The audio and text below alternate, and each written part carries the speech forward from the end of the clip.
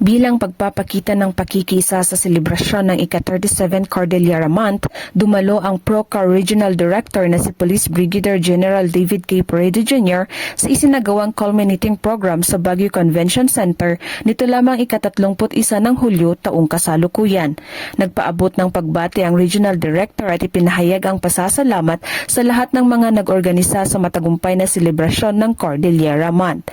Mula sa temang Multiculturalism Towards Regional Autonomy Development, ang pagdiriwang ng Cordillera Month ay isang mahalagang okasyon para sa Cordillera na kung saan itinatampok ang mayamang kultura, kasaysayan at tradisyon ng buong rehiyon. Tampok sa programa ang isang multicultural variety show na nagpapakita ng mga katutubo at hindi katutubong awitin, cultural dances, instrumentong pangmusika at mga tradisyonal na kasuotan. It is a symbol of unity,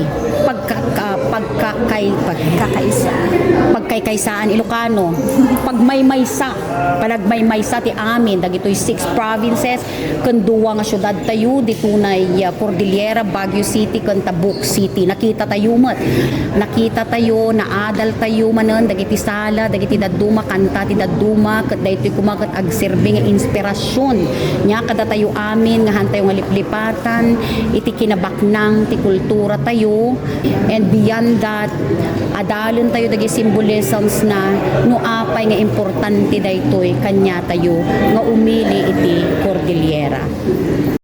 Ang mga aktibidad na isinagawa ay naglalayong palakasin ang pagkakakilanlan at pagmamalaki ng Cordillera sa kanilang pinagmulan at kasaysayan. So now, we thought of this because we don't only talk about the guideline on the law, we're talking about the legal or the structure of the government, the digital government, but we also talk about the social and cultural. So we recognize already that the diverse culture of the non-indigenous and the indigenous. We have the context, so we have a diverse culture. But what we would like to emphasize is we are one Cordillera because we are now living in the Cordillera even whether you are indigenous or non-indigenous. So we respect their culture. Mula dito sa Baguio City Convention Center kung saan ipinagdiriwang ang 37 Cordillera Month Celebration, ako ang iyong PNN correspondent, Patrolwoman Jomalyn Kakanindin, alagad ng batas, tagapaguyod ng Balitang Pulis.